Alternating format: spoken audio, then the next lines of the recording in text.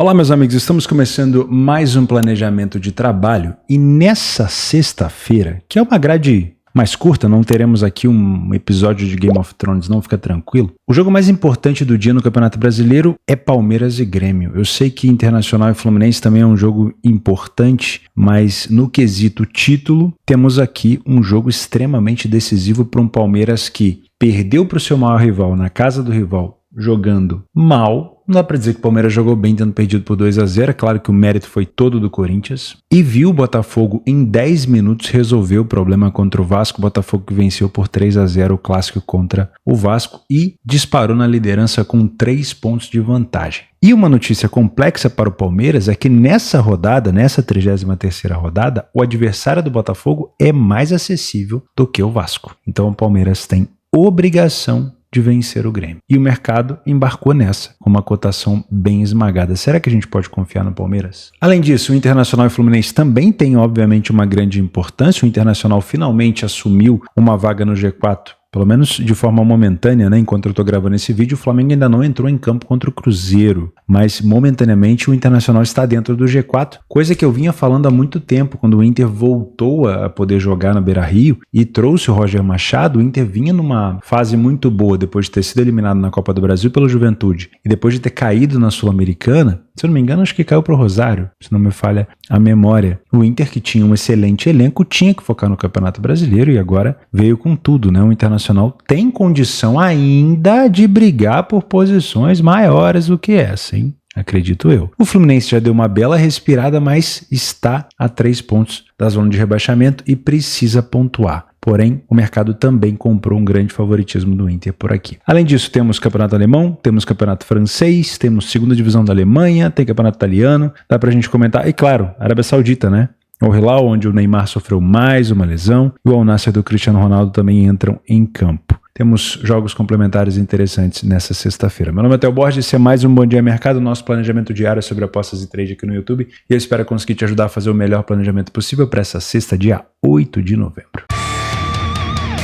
Olá meus amigos, vamos começar o nosso planejamento de hoje com a luz apagada porque tá uma bicharada aqui no sítio, nesse dia de calor que eu vou te contar um negócio, tá? Tem um besouro aqui dentro socando parede pra tudo quanto é lado, perdidinho. Mas tudo bem, vamos lá. Primeiro, se você puder deixar o like nesse vídeo, te agradeço muito. E se você puder se inscrever no canal, fica o convite, né? Se você gostar desse conteúdo, também vai ser um prazer ter você por aqui. Fiz mais um procedimento no dente hoje, então tô com a língua meio presa, né? Tomando uns medicamentos aqui. Sigo com esse tratamento no dente há tanto tempo, então pode ser que eu dê uma enrolada em algumas palavras. 33ª rodada, enfim, pode ser que eu agarre, tá? Mas vamos lá. Primeiro jogo que eu quero ficar de olho no dia é Union Berlin e Freiburg. O jogo às 16h30. Calma que tem outros jogos complementares que eu já vou falar pra você, tá bom? Esse jogo aqui, do Union Berlin, ele coloca frente a frente a 6ª contra a 7ª equipe do campeonato. Então, não é aquele jogo que vai te causar aquela euforia, né? Também não é um jogo blasé, mas é um jogo ali de correção de preço. Um jogo que vai te permitir fazer uma boa leitura de jogo. Pô, uma sexta-feira, aquele joguinho ali tranquilo não digo, mas um joguinho para leitura de jogo, no meio da tarde, sem que tenha um super favorito em campo, pode ser interessante. Então eu venho para esse um pouquinho mais de marasmo, tá? Eu venho para esse jogo para trabalhar uma correção de preço. O que a gente tem de informação por aqui? O Union Berlin ainda não perdeu dentro da sua residência, tá? Empatou com a equipe do Frankfurt no último jogo, mas venceu a equipe do Borussia Dortmund. Quem mais que o Union Berlin venceu? Venceu o Hoffenheim, venceu o São Paulo,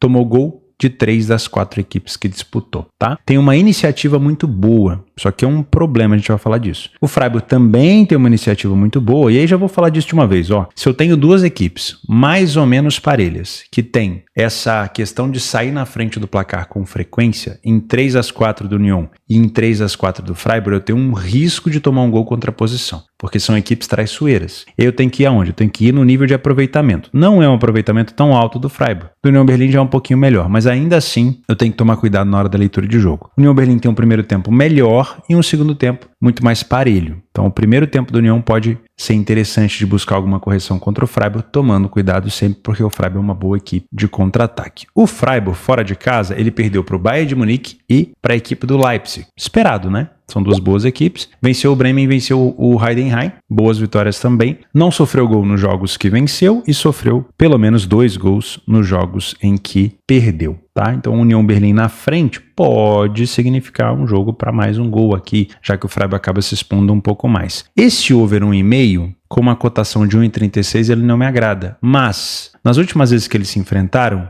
principalmente na casa do Union, 2-1, 4-2, 0-0 e 1-1. Pelo menos o over 1,5 em 3 dos últimos 4. Tá? Até teve ambas marcam também em 3 dos últimos 4. O ambas está com uma cotação de 1,91. Pode ser interessante. E esse over 1,5 com uma cotação acima de 2 também me agrada. Tá? Não esticaria a corda para 2, 3, 4,5 nesse jogo, a não ser que eu tenha uma equipe vencendo daquele estilo que eu gosto, né? Com 2 gols de diferença e aí tendo uma outra equipe se desesperando indo para cima. De resto, acho que trabalhar com 2 gols com uma cotação mais elevada pode ser um cenário melhor. Vamos falar de Brasileirão e eu já volto para a gente falar dos jogos complementares. Internacional e Fluminense é um jogo importante, porque nós temos aqui uma equipe que acabou de entrar no G4, enquanto não começa Cruzeiro e Flamengo. Eu tô gravando esse vídeo 1 hora antes. É quarta-feira à noite agora, né? Dia 6, e eu tô gravando esse vídeo 1 hora antes do jogo. Se o Flamengo vence o Cruzeiro é favorito, o Flamengo recupera essa 4ª colocação. Mas nesse momento, o Inter está dentro do G4. E é um movimento, né? Foi um movimento mais ou menos esperado. Para quem acompanha aqui o planejamento de trabalho, a gente vem falando desse crescimento do Inter há algum tempo, né? Olha só como o Inter teve um processo de reação muito grande desde a 17ª rodada, 18ª, né? E aí parou dentro do G4. Foi um Inter eliminado pelo Juventude na Copa do Brasil. O Inter que, se não me falha a memória, foi eliminado pelo Rosário Central na Sul-Americana. E aí, com um excelente elenco, trouxe o Roger Machado e acabou tendo um crescimento muito grande. E é um Inter que, na minha opinião, consegue até brigar por posições maiores no campeonato, tá? Faltando aí 6 rodadas para terminar. Acho que o Inter ainda tem essa condição. Não digo o título, que é quase impossível, mas para uma situação de 2ª ou 3ª colocação, não é impossível de pensar. O Fluminense, ele vem de bons resultados, ele teve um crescimento, né? O Fluminense ele tem um bom elenco, mas ele teve um desgaste de treinador. É normal acontecer também, né? Fernando Diniz teve o seu melhor momento ali como treinador, tendo o título da Libertadores, depois enfrentou o City no Mundial, acabou tomando uma goleada, mas o jogo não foi assim nem tão ruim pro Fluminense. O Fluminense é que tomou um gol cedo demais, mas dá pra ver ali que o Fluminense teve um crescimento depois da saída do treinador, que é comum em quase todo time do mundo. Você tem um bom elenco, não tá vivendo uma boa fase com o treinador cai, pum, do nada o time começa a jogar. Teve esse problema agora com o Marcelo,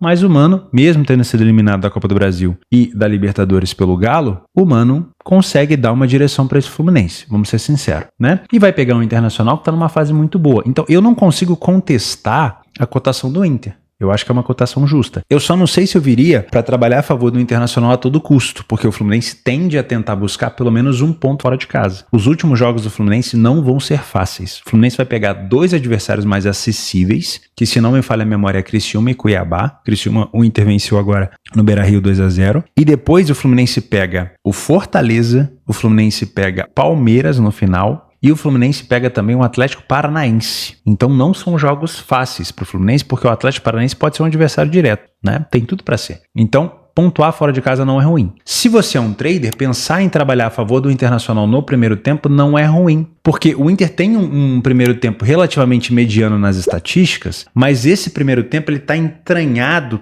tudo aquilo que o Inter jogou de mal no início do campeonato. Por exemplo, eu vejo o Inter, a fase do Inter aqui, com 7 vitórias em 8 jogos. O aproveitamento do Inter devia ser bem melhor. Por que ele não é? Porque no início do campeonato não era bom. O Inter não jogou bem no início do campeonato. Quer ver? Eu vou pegar aqui de novo, a sequência do Internacional. Tá aqui, Olha como o Inter vem descendo no início do campeonato, Não era bom.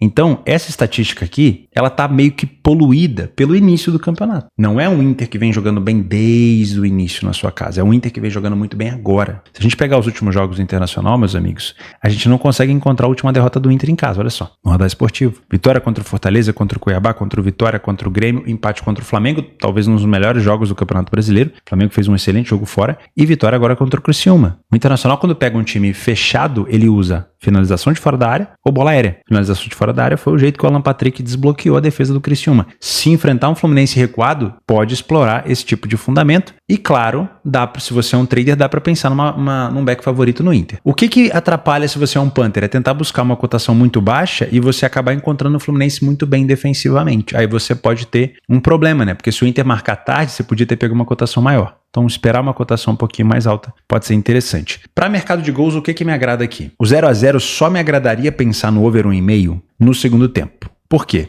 Vamos dar uma olhada no segundo tempo das duas equipes? Olha isso daqui, ó. 16 gols marcados pelo Inter e 13 gols sofridos pelo Fluminense. Então é um segundo tempo muito over. Para valer a pena, nós temos aqui um over 1,5 1,40. No segundo tempo, uma cotação de 2 me agrada, para valer o risco. O Internacional vencendo por 1 ou 2 gols de diferença também me agrada para buscar mais 1 ou 2 gols. Se for 1-0, pegaria mais um gol só no segundo tempo. Se for 2-0, pegaria o 2,5. Por quê? Porque o Fluminense com 2-0 no placar, muito provavelmente ele vai para cima, né? Porque ele pode ver um time da zona de rebaixamento aproximando dele muito rapidamente nessa 33ª rodada. Vou até ver como é que tá essa situação na 33ª. Quem pega quem? Ó, o Vitória pega o Corinthians, aqui é confronto direto. O Atlético Paranaense pega o São Paulo. O Criciúma, que nesse momento tá aqui com 37, pega o Cruzeiro. E o Cuiabá pega o Botafogo. É uma rodada, teoricamente, até boa pro Fluminense, mesmo que o Fluminense perca, né? Porque quem pode encostar no Fluminense aqui é o Juventude, jogando contra o Bahia. O Bahia vem mal fora de casa. O Atlético Goianiense já é muito difícil. O Atlético Paranaense, caso surpreenda o São Paulo, pode encostar. O Bragantino, que pega o Atlético Goianiense. Olha aí. Então, não é assim tão fácil para o Fluminense, não. Tá? Agora, o cenário do Fluminense ganhando por 1-0 esse jogo, tendo a possibilidade de se distanciar, chegar aí a 40 pontos momentâneos na 33ª rodada, vai fornecer ao Internacional um volume de jogo muito grande. O Inter vai finalizar de fora, vai usar a bola aérea, mas se o Fluminense estiver muito bem, talvez buscar muitos gols aqui com o Fluminense na frente não seja tão bom. No máximo, um gol. Tá? O Inter forçou contra o Flamengo e buscou no finalzinho. Também fez gol no final, se eu não me engano, contra a equipe do Criciúma. Então, se for para buscar gol com o Fluminense na frente, buscaria só mais um. Agora, o Inter com 2-0, o Inter vencendo, me agrada para mercado de gols. Esse ambas marcam a 2,20 com o Fluminense fora de casa. Deixa eu dar uma olhada no Fluminense fora. Ó. O Fluminense perdeu pro Vitória marcando gol, venceu o Flamengo marcando gol, perdeu para o Atlético Goianiense sem marcar, perdeu para o Atlético Mineiro sem marcar aqui na Libertadores e perdeu para o Juventude marcando. Não é uma equipe que marca sempre, tá? Deixa eu dar uma olhada aqui no PDF. Falhou em marcar em 44% dos jogos. O Inter já falha pouquíssimo em marcar. O que me agradaria, o cenário que me agradaria para esse ambas marcam seria o Internacional com 2-0 no placar. Mas aí, se for para buscar o ambas marcam com o Inter vencendo por 2-0, eu buscaria o over 2,5, porque aí eu tô do lado dos dois lados, né? Então, sinceramente, eu vou deixar esse ambas marcam aqui de fora. Vou deixar só o over 1,5, caso o Inter esteja na frente, ou se o Fluminense estiver na frente, ou se o jogo tiver 0-0 no segundo tempo. E pegaria o 2,5 com o Inter vencendo por 2 gols de diferença. O ambas marcas eu deixaria de fora. Palmeiras e Grêmio pra gente finalizar. Principal jogo, talvez, da 33ª rodada. Por quê? Botafogo pega o Cuiabá. Botafogo pegando o Cuiabá, o Palmeiras ele não tem nenhuma condição de vacilar por aqui para se manter vivo para um confronto direto contra o Botafogo, já que o Botafogo abriu 6 pontos de diferença, né? O Botafogo abriu 6 pontos de diferença, dando um baile no Vasco. E aí calando a minha boca, né?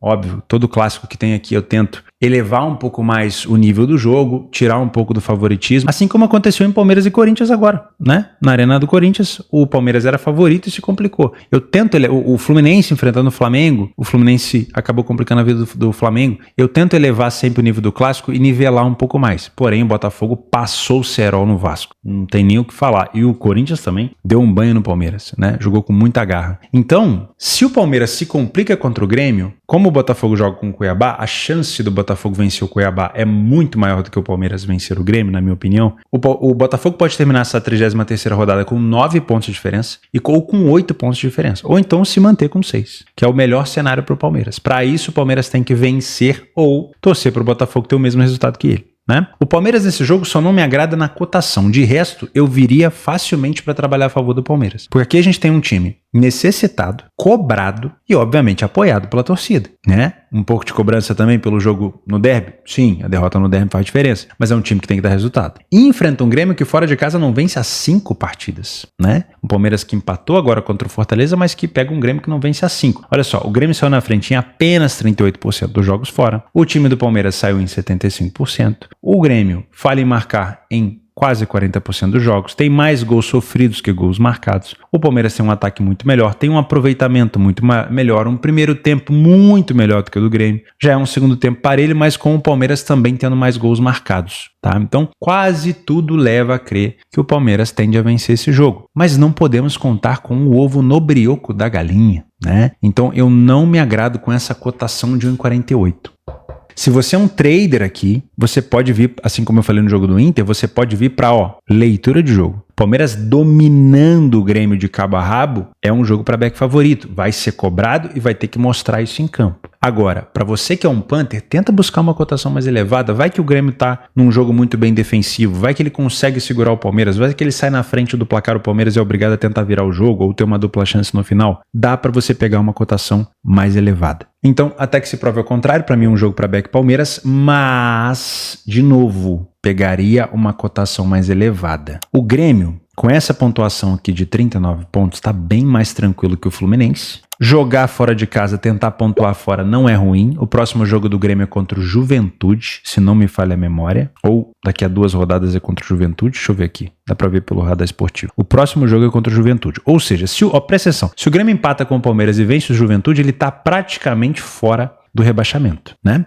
Então, o Juventude fora de casa é um dos piores visitantes da competição, ó. Pior visitante da competição, então imagina-se que o Grêmio consiga vencer. E aí, seria um bom resultado. Tá? Então, se o Grêmio vem, talvez com o intuito de jogar um pouco mais recuado contra o time do Palmeiras, essa correção de preço aqui não faz muito sentido, porque é um Palmeiras que vai ficar com a bola e controlando o jogo quase que o tempo todo. Então, eu só pensaria no back favorito ou ficaria de fora do mercado se eu fosse um trader. Se você é um punter, eu tentaria buscar uma vitória do Palmeiras, às vezes no primeiro tempo, se você tem método para isso, ou uma vitória do Palmeiras depois dos 60, 70 minutos, ou se o Palmeiras estiver perdendo, uma dupla chance do Palmeiras, quem sabe até uma virada, tá? Para valer a pena o risco. Não vou me envolver tanto no mercado de gols por aqui, tá? Mas nos últimos jogos do Palmeiras em casa, ele marcou 2 contra o Fortaleza, 2 contra o Galo, 5 contra o Criciúma, 5 contra o Cuiabá e 2 contra o Botafogo na Libertadores. É um time que vem marcando mais do que um gol, tá? Com o Palmeiras na frente, um Grêmio desesperado, vale no ao vivo pegar mais gols por aqui, tá? Mas aí eu vou deixar a opção tanto do over 1,5 quanto do 2,5, depende do cenário. Palmeiras com 1-0, o Grêmio se expondo no final, talvez mais um gol. Palmeiras com 2-0, ainda no primeiro tempo, o Grêmio se expondo, talvez mais 2. Depende muito do cenário, tá? Mas é um jogo que eu espero uma vitória do Palmeiras. Agora, se eu fosse um punter, eu não me abraçaria nessa cotação. Não é uma cotação que eu gosto de trabalhar no Brasileiro. Para trade é diferente. Fechou? Se você vai trabalhar na Betfair, é diferente. Jogos complementares para fechar a sua grade de sexta-feira. Marselha, na França, enfrenta o Auxerre. A cotação do Marselha é pelo momento do Marselha e pela posição na tabela, tá? Porque dentro de casa o Marselha só venceu uma partida, tá bom? Cautela. Na Bundesliga 2, eu prefiro para gols Nuremberg e Kaiserslautern do que Braunschweig e Hamburgo, porque dentro de casa o Braunschweig só sofreu 6 gols e marcou 7, apesar de ser uma equipe dentro da zona de rebaixamento hoje. Mas com o Hamburgo na frente, se você vai trabalhar ao vivo, pode ser bom, tá? Nuremberg e Kaiserslautern já é um jogo mais de meio de tabela, mas com a média de gols bem mais elevada, tá? Lecce e Empoli, o último colocado da tabela de classificação, é favorito contra um time de meio de tabela. Por que será? Será que é um favorito que pode se complicar por aqui? Vale a pena ficar de olho nessa correção de preço, hein? Se você vai trabalhar esse jogo aqui. Mais um jogo que eu olharia, 2, né? Al Hilal e Al Ettifaq, 2 equipes com dinheiro para investir, mas o Al Hilal muito forte no campeonato, né? 8 vitórias e um empate, empatou agora com o Al Nassr recentemente, e o próprio Al Nassr do Cristiano, não sei se ele vai jogar, que joga contra o Al Riyadh. O Al Ahly também é uma equipe forte, dentro de casa principalmente, outra panelinha com muito dinheiro, né? Com muitos astros, enfrenta o Al Raed. Rayo Vallecano e Las Palmas também é um jogo complementar. Tem jogo, né? Se você quiser fazer, tem mais jogos por aí, tá? Um último recado. Muita gente tem comentado nos vídeos sobre a Betfair, sobre as contas. Presta atenção. Verifica na sua caixa de e-mail, porque a Betfair já mandou um e-mail informando que... Vou até ler o e-mail que eu recebi aqui, ó. As contas, agora, né, com a regulamentação, elas vão precisar... As contas que estão em dólar vão precisar passar para real. É uma regulamentação e uma exigência do governo, tá? Com isso, a sua conta em dólar ela vai ser cancelada e a Betfair vai te mandar um e-mail para você redefinir uma senha de uma nova conta que já vai estar em real. E o seu saldo em dólar vai ser convertido pelo menos na época do e-mail, o câmbio estava 5,59. Agora o dólar já bateu R$6, não sei como é que vai ser. Mas vai ser convertido para aquele saldo do dólar para o real nessa nova conta. E vai receber, o e-mail que vai ser enviado para você é betfair@auto.betfair.com. Então pesquisa aí Eu tô respondendo o pessoal nos comentários, explicando isso aqui direitinho, mas você recebeu esse e-mail, é esse e-mail aqui, ó, betfair@alto.betfair.com. É esse e-mail aqui que você vai, é esse e-mail que vai te mandar a redefinição de senha. Então, se você tá com a sua conta atual já bloqueada, provavelmente você já fez a redefinição de senha ou a Betfair já enviou esse e-mail para você. Se você não recebeu esse e-mail de redefinição de senha, você vai entrar em contato com o suporte da Betfair, clica aí, suporte Betfair no Google e entra em contato com eles e fala, olha, a minha conta em dólar provavelmente já foi transferida e eu não tô conseguindo acessar minha conta em real, me ajuda aí que eles vão te ajudar. Fechou? Então, basicamente é isso. Eles não vão migrar a sua conta com o mesmo ID para real. Eles vão fechar a sua conta em dólar e criar uma nova conta para você em real, transferir o seu saldo com aquela cotação do dia ou com aquela cotação enviada pelo e-mail, eles vão informar para vocês e você vai ter um e-mail para redefinir a sua senha dessa nova conta. Qualquer dúvida, você entra no suporte da Betfair e fala diretamente com eles. Fechou? Eles vão te dar também uma aposta grátis de R$25 aqui por conta dessa modificação. Fechou? Mas eu vou responder a galera nos comentários. Se você tiver alguma dúvida, posta aí que eu tô respondendo, tentando ajudar também nesse quesito. Meus amigos, muito obrigado pela companhia de vocês. Lembre-se, apostas são para mais de 18 anos, faça com responsabilidade, cuide do seu capital e do seu emocional. E eu vejo você no sábado. Uma excelente sexta, um excelente final de semana e um grande abraço.